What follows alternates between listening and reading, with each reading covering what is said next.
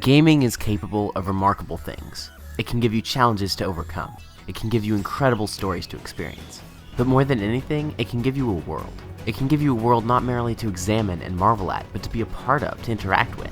It is in that respect that Xenoblade Chronicles X finds itself a near unmatched success. The world is an unbelievable one, utterly immersive, and something to look at or do always mere seconds away. Unfortunately, the rest of the game has some major issues that hold it back from being everything it could and should have been.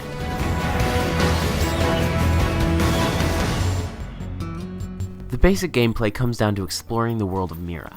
Planting probes, collecting everything you can find, interacting with NPCs, and fighting indigenous life forms are just some of the activities you will be partaking in. Indeed, the variety of activities are perhaps the most important thing about the gameplay of Xenoblade Chronicles X.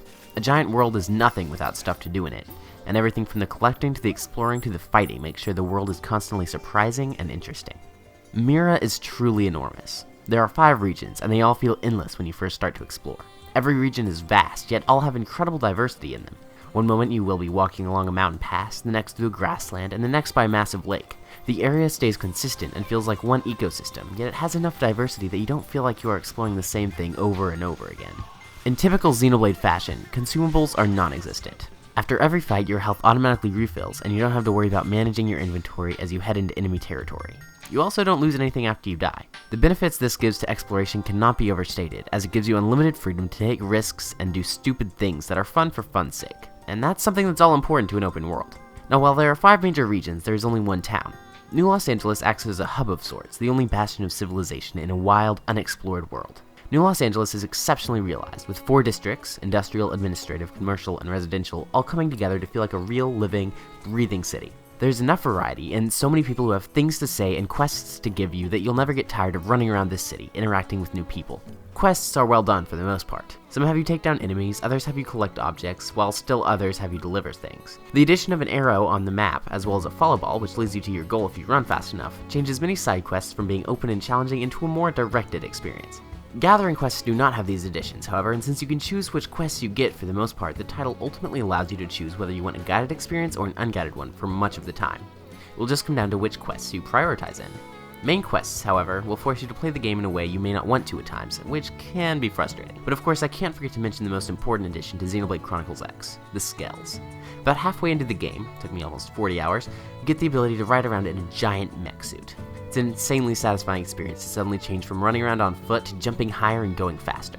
The sheer awesome factor of giant mechs is worth mentioning as well, especially once you get into fighting enemies. You can even customize your Skell's color to make it feel all your own, something I obsessed over quite extensively. Even later in the game, you gain the ability to fly, and that changes everything. Not only can you access new areas and data probes, but you can go anywhere at any time with no problem. It totally changes the nature of the gameplay. You go from slowly making your way around the world to instantly being able to reach anywhere. It's a drastic change, but a brilliant one, as it keeps the game from becoming a slog as you finish discovering all the areas and start getting into the minutiae of the quests and tasks. Everything just works so insanely well. It is a blast to explore the world, admiring the expansive view, seeking out probes and landmarks, collecting objects big and small, fighting enemies, leveling up, interacting with NPCs, and completing quests. This game is just unbelievably addicting, and it all comes down to these gameplay systems meshing in a way that makes you feel like you are part of this world. The battle side of things is a straightforward set of systems that are easy to understand with a whole lot of complexities to master over the course of the game, and all of it is brilliant. It's fast-paced, requiring both quick and smart thinking and fast reflexes. Going up against a wide variety of challenging enemies leads to countless thrilling battles over the course of the game. While it could have easily gotten repetitive, the game manages to keep itself fresh through a constant stream of new abilities. Plus, the combat is just intrinsically fun, even when fighting the same easy enemies for several hours while grinding.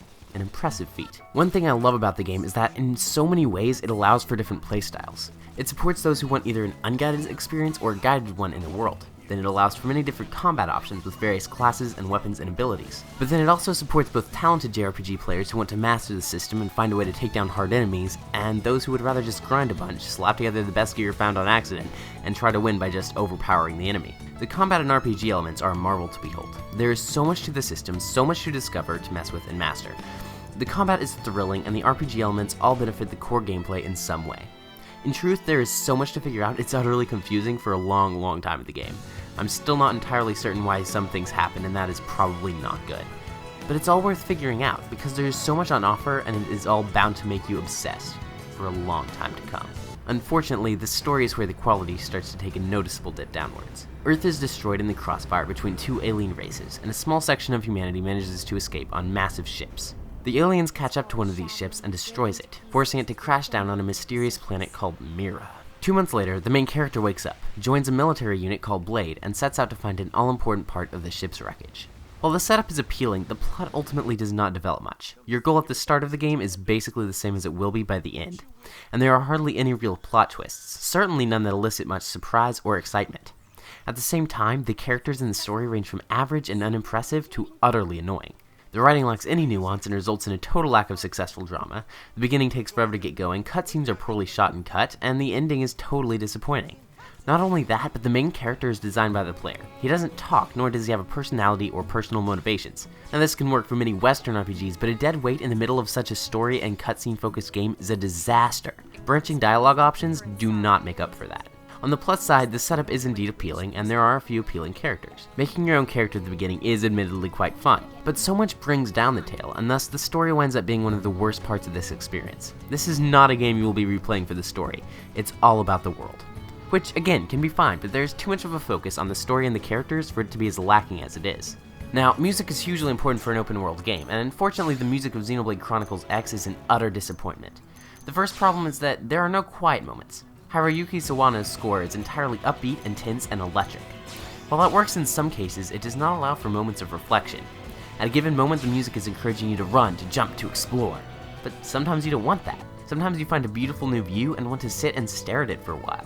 Yet every time I tried, the music would not support my desires, and I would give up trying, instead going to fight another giant monster. This all leads directly into my second point, which is that little of the music fits anywhere. Even when more exciting stuff is necessary, it doesn't quite work with the environment. Primordia is a sweeping epic vista, and the music does not get that across. It's a huge step down from the previous game's unbelievable set of tracks.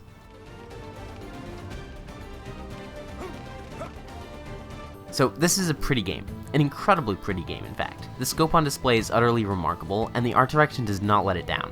At a given moment, you can look around your surroundings and be blown away by the incredible view, as mountains, structures, and massive beasts loom in the distance. The attention to detail is superb as well, as even up close textures look great and animations feel real. One of the few things to actually complain about is how small the text is. So much is packed into the HUD that everything has to be way too small. As such, it is hard to read your quest details, stats, or what NPCs are saying without leaning forward and or squinting. My main problem though is one that many are sure to disagree with. The game lacks for sheer charm. Everything is dark and a bit gritty. Doesn't lend to quite the same sense of wonder as before. There are still plenty of occasions where you'll want to stop and gape in awe at a new view, or laugh at how insanely awesome something is, but it doesn't have quite the same effect as it maybe could have if things were brighter, more cheerful, more encouraging of an adventurous spirit rather than a spirit of desperate survival. But again, many will disagree, and the game is not lacking for stunning views. There are many complaints to be made with Xenoblade Chronicles X. The game is certainly not lacking for issues, both small and large. Yet when I look back at my experience as a whole, I find myself just not caring about those problems. The story and characters are a bit dull, but I still played the game over 5 hours a day. The music may not have fit very well, but I was still in love with exploring everything I could. There were almost no moments of serenity, but I still stopped to stare at the view.